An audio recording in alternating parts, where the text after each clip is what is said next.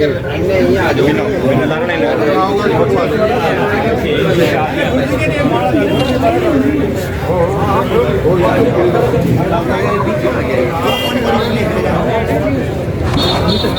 यादव माटी कला बोर्ड के अध्यक्ष मनोनीत होने के बाद मंगलवार को पहली बार सूरतगढ़ पधारने पर भाजपा के वरिष्ठ नेता प्रहलाद राय टाक का रामदेव मंदिर रोड पर कुमार समाज द्वारा गर्मजोशी के साथ स्वागत किया गया। समिति अध्यक्ष नथुराम कलासिया ने प्रहलाद राय टाक को साफा व फूलमाला पहनाकर नागरिक अभिनंदन कर उसके बाद कार्यकारी सदस्यों की तरफ से प्रहलाद राय टाक को समर्थी चिन्ह भेंट किया। केंद्रीय व प्रदेश नेतृत्व के आभार व्यक्त करते हुए प्रहलाद राय टाक ने कहा है कि प्रदेश के मुख्यमंत्री भजनलाल शर्मा सभी के साथ लेकर चल रहे हैं। देश में आचार संहिता लगने के ठीक पहले प्रदेश में 7 बोर्ड आयोग का अध्यक्षों की घोषणा की गई है। घोषित अध्यक्षों में से 5 ओबीसी आयोग बोर्ड के हैं। उन्होंने कहा है कि पूर्व की सरकारें अंतिम 2 या 1.5 साल के बोर्ड के अध्यक्षों की घोषणा करती है, लेकिन मुख्यमंत्री भजनलाल शर्मा ने हमें प्रदेश में काम करने के लिए पूरे 5 साल का समय दिया है। अध्यक्ष नथुराम कलासिया के अलावा मौजूद समाजबंदियों ने श्री राज्य मंत्री टाक का फूलमाला पहनाकर स्वागत किया। इस अवसर पर ओम प्रकाश कारगवाल, जैसाराम माहर, बालचंद बोम्बरिया, सूरजभान माहर, अनिल रोकड़ा, प्रजापति मैट्री क्लब के अध्यक्ष इंद्र कुमार लांकेसर, आत्माराम तेहरपुरिया, दिलीप गोडेला, विनोद दुडाड़ा, रामकृष्ण बोबरिया, धर्मपाल बोबरिया, पूर्णराम कारगवाल, कन्नीदाल राजेंद्र, राम नारायण जालप, लालचंद गोडेला सहित अनेक समाज बंधु मौजूद रहे।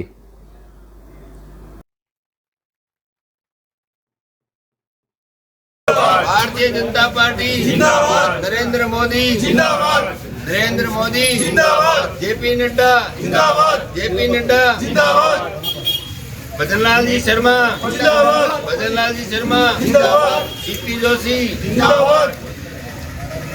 साथियों, भारतीय जनता पार्टी जिंदाबाद।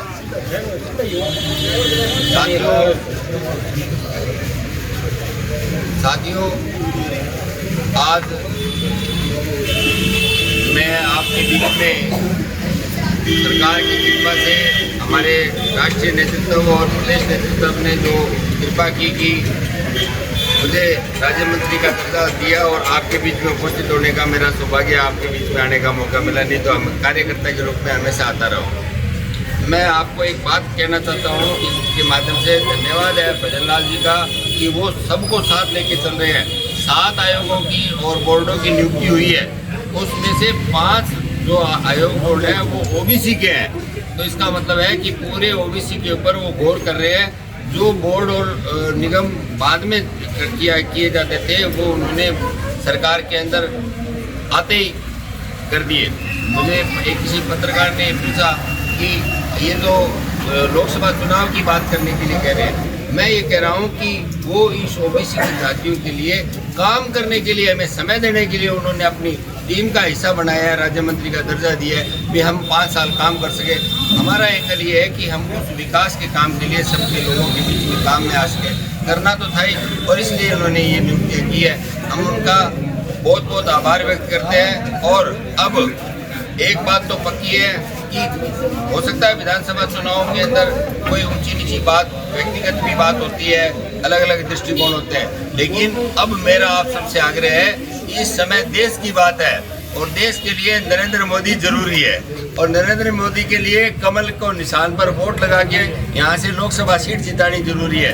400 पार, अब की बार 400 पार, और 400 पार में राजस्थान से 25 की 25 में से गंगानगर सीट पूरी की पूरी चाहिए, अधूरी नहीं चाहिए। और ये जो अभी जो बात है, बात क्यों जरूरी है कि नरेंद्र मोदी जी के नेतृत्व में लगातार 10 सालों में जो विकास हुआ, भारत का रुतबा दूसरे देशों में बढ़ा, या जो हम अपने आप में आसपास माहौल में जो पहले बात नारा लगता था गरीबी हटाओ का, लेकिन गरीबी हटी नहीं थी। लेकिन भारतीय जनता पार्टी के नरेंद्र मोदी जी के नेतृत्व में गरीबी रेखा से बहुत बड़ी संख्या के अंदर लोग बाहर निकले हैं। तो ऐसे अनेकों अनेक काम है जो हुए हैं। फिर भी आगे क्यों जरूरी है?